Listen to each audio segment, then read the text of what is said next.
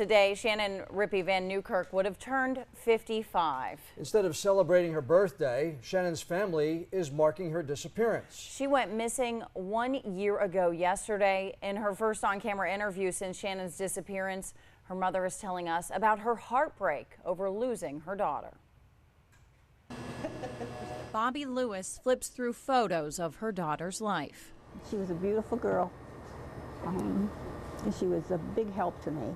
Shannon Rippy Vannewkirk's life was cut short at the hands of a murderer 1 year ago. But there's no closure for Bobby because Shannon's body still hasn't been found.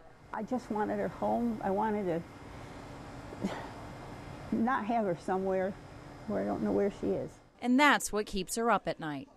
That's the hardest part, too, is not knowing what happened to her. Did she suffer? Did she... Just, especially when you wake up at 3 o'clock in the morning and you're wondering what happened to her, what did she go through? This was one of the last photos of Shannon, who was seen leaving the Husk on the night of her disappearance. Her mother says she knew almost instantly something happened to Shannon.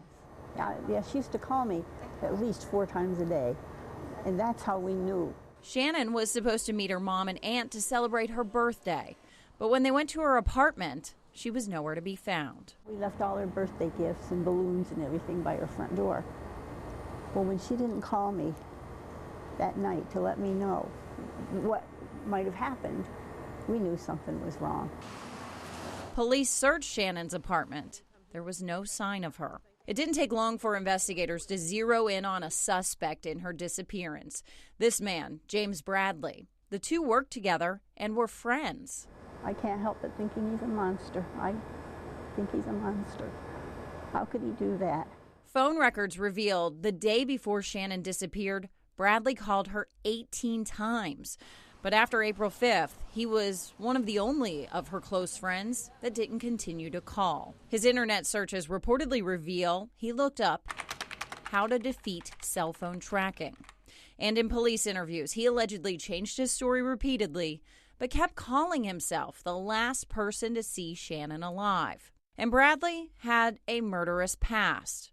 In 1988, he was convicted of killing his 8-year-old stepdaughter, a crime he served time for until 2013, something Shannon told her mom about. She had told me that he had been in jail.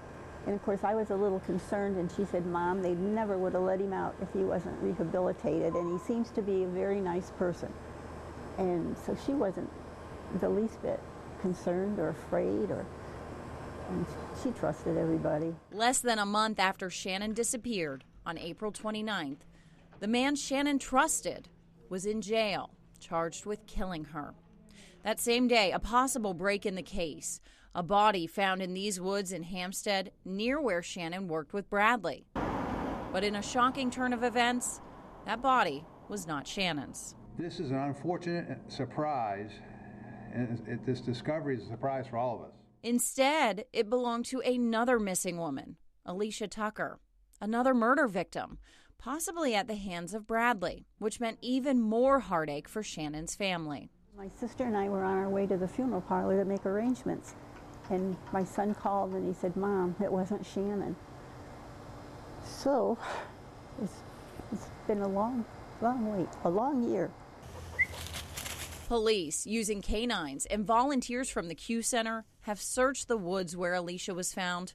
Still, though, no sign of Shannon. And my son was just back up there again 2 weeks ago. He goes when he can.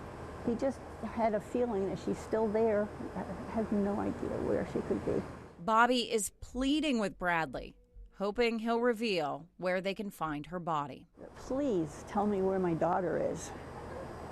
Please. I